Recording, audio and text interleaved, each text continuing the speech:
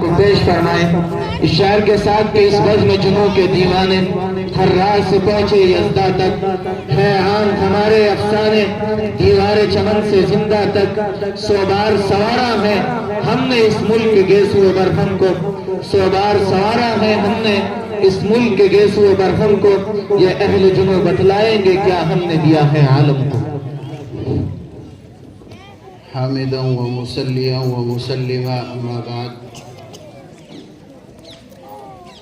فاعوذ باللہ من الشیطان الرجیم بسم اللہ الرحمن الرحیم یا ایہا الانسان ما غرک بربک الکریم صدق اللہ مولانا العلی العظیم معزز و محترم بزرگوں دینی بھائیوں رب تعالیٰ کا احسان عظیم کہ اس پاک پروردگار عالم نے ہم سبوں کو اپنے اکابر اور بزرگان دین کی قربانیوں کو یاد کرنے کے لیے یہاں جمع فرمایا ہے۔ بہت ہی شاندار طریقے سے مدرسہ حاجہ کا پروگرام چل رہا ہے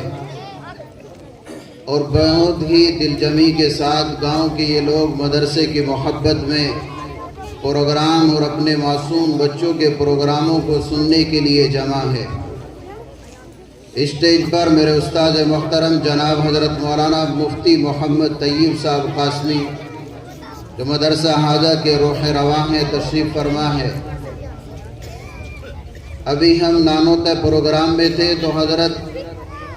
بار بار یہ کوشش کر رہے تھے کہ نانوتے کے پروگرام کو چھوڑ کر کے کسی بھی طرح میں گاؤں کے پروگرام میں شریک ہو جاؤں اور بچوں کے پروگراموں کو سنوں۔ اتنی تڑپ آپ کے اس مدرسے سے ہے اور آپ لوگوں سے یہ محبت کا تقاضا ہے۔ اللہ حضرت کی عمر دراز فرمائے اور مدرسہ حاجہ کو دین دونی راہ چوگنی ترقیات سے سرفراز فرمائے آمین۔ 26 جنوری یہ ہمارے ہندوستان کے قانون کے لیے اس دن کے اندر اور اس تاریخ میں ہمارے ہندوستان کا سویدھان اور اس کے قانون کو مرتب کیا گیا ہے جس کی صدارت بھیم راؤ امبیڈکر، مولانا ابوالکلام آزاد اور دیگر علماء اکرام نے کی ہے۔ میں ایک بات بتا کر کے اپنی بات کو ختم کر دینا چاہتا ہوں۔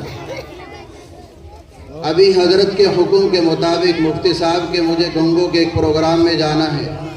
جہاں مفتی صاحب شریک نہیں ہو سکتے تو اس طالب علم کو حکم ہوا ہے کہ وہاں شرکت کرنی ہے۔ جب یہ قانون بنایا جا رہا تھا تو ایک عالم ہے جن کو ہم جانتے ہیں مولانا حفظ الرحمان سیوہاروی رحمت اللہ علیہ۔ جب اس قانون کو بنایا جا رہا تھا تو کچھ عالموں نے جا کر سے حضرت سے کہا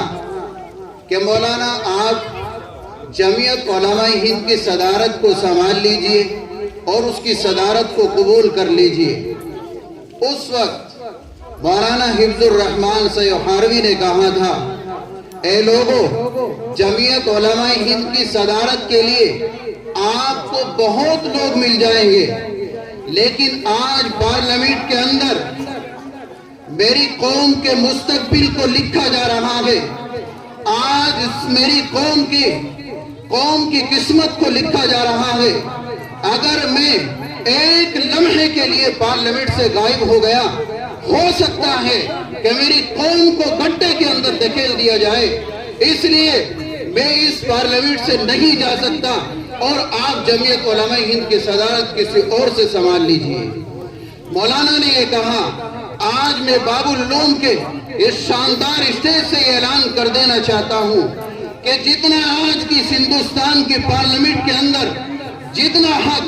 ہمارے پردھان منتری نریندر مودی کا ہے یا ہمارے پردیش کے مکھیہ منتری کا ہے اتنا ہی حق آج کی اس پارلیمنٹ کے اندر اور اس ہندوستان کے اندر مولانا محمود مدنی کا بھی ہے، مولانا ارشد مدنی کا بھی ہے، مولانا عاقل کا بھی ہے اور مفتی طیب صاحب کا بھی ہے۔ اس حق کو کائنات اور اس ہندوستان کے اندر کوئی ہم سے نہیں چھین سکتا۔ اللہ ہم سب کو اپنے اکابر اور بزرگوں کی تاریخ کو یاد کرنے اور اس پر عمل کی توفیق نصیب فرمائے. وما علینا الا البلاغ.